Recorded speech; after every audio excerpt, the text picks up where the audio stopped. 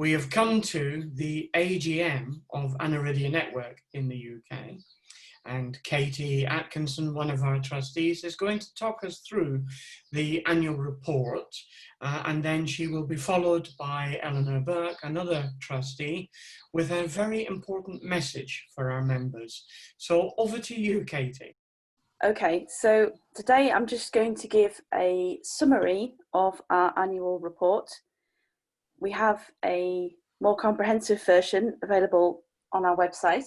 If you want to see the minutes of our last AGM, which are also available on our website, you're welcome to do so. This shows where you can find the minutes, and it's also been linked in our recent email newsletter. So if we move on to the annual report.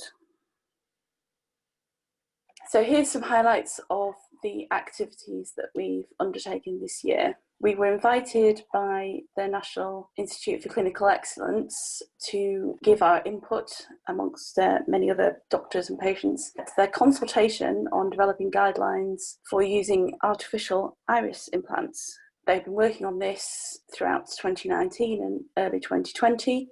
Unfortunately, the publication of this has been delayed due to COVID-19, but hopefully this will be published soon and will provide better guidance for doctors on using these artificial iris implants in people with aniridia.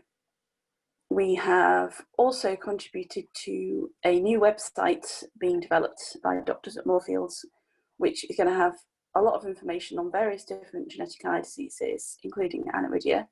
So again, we gave a contribution on that, specifically about the information related to aniridia.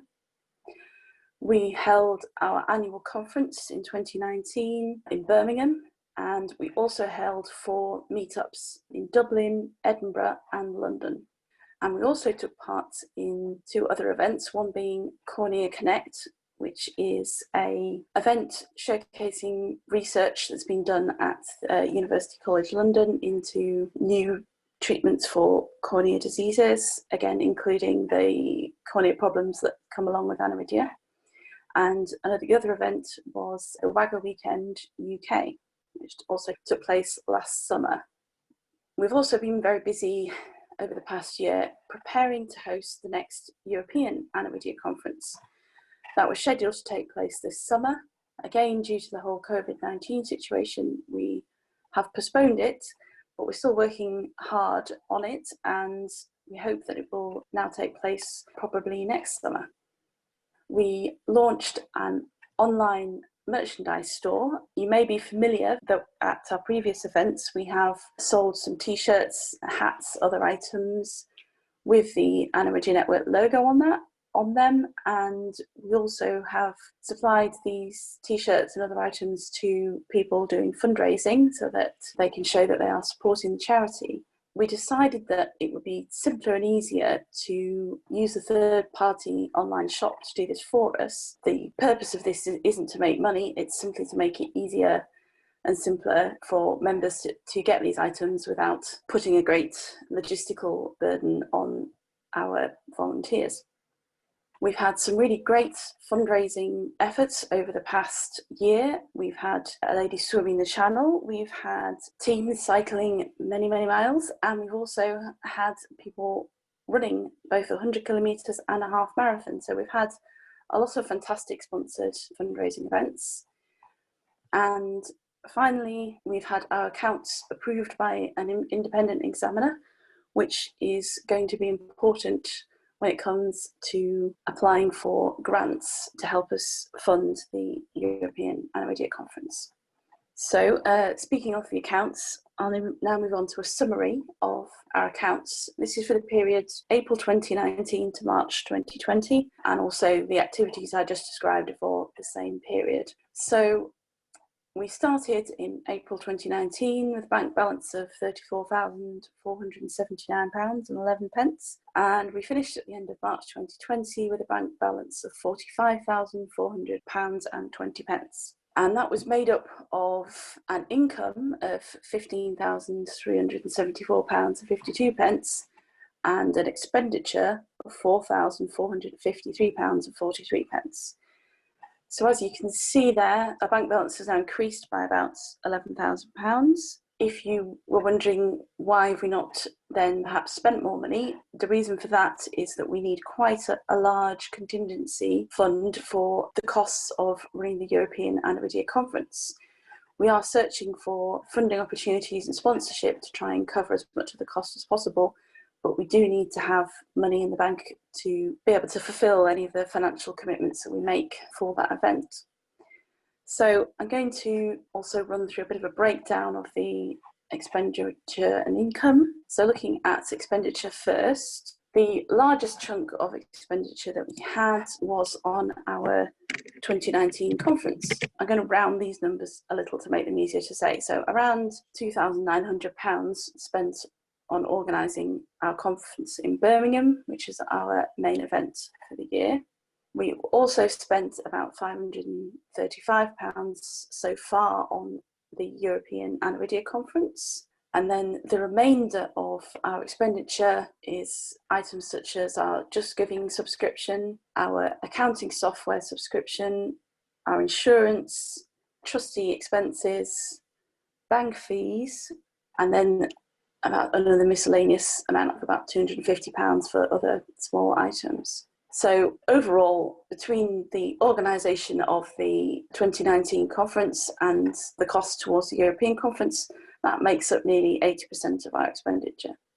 Now, if we move on to the income, we have donations from various different sources. So we've received about £3,000 through Just Giving, which will be a lot of the sponsored fundraising events. We've received another £2,700 through Facebook, could be sponsored events, could be donation campaigns. We received another £2,300 through CAF Donate, which is a service which allows people to just directly donate to us. And we've also received some donations by direct debit, which is nearly £1,500, another £1,500 from other sources of donations. We made a gift aid claim to HMRC, which is where they give us a tax rebate for UK taxpayers who've given us donations. So that comes up to £1,200. And then for our June 2019 conference, we brought in £873 from ticket sales, which covered about a third of the actual cost of running the conference itself. We've received just over £2,000 already towards the cost of the European Aniridia conference. And then finally, we have about £250 in total from online shopping donations. So I would just like to then conclude by thanking all our marvellous volunteers, fundraisers and donors. I haven't got time to thank you all individually, but I'd just like to say a thank you to all of you for making this possible. Thank you, Katie, for that brief report. We will pass over to Eleanor for a very important message. Okay, we've come to nomination for trustees. Currently, we have 4 trustees on the board, and we were inviting nominations for a 5th trustee. We didn't have any nominations submitted, and due to COVID and holding the online seminar, we considered how we would receive nominations for the trustees. At the moment, Katie is due to step down.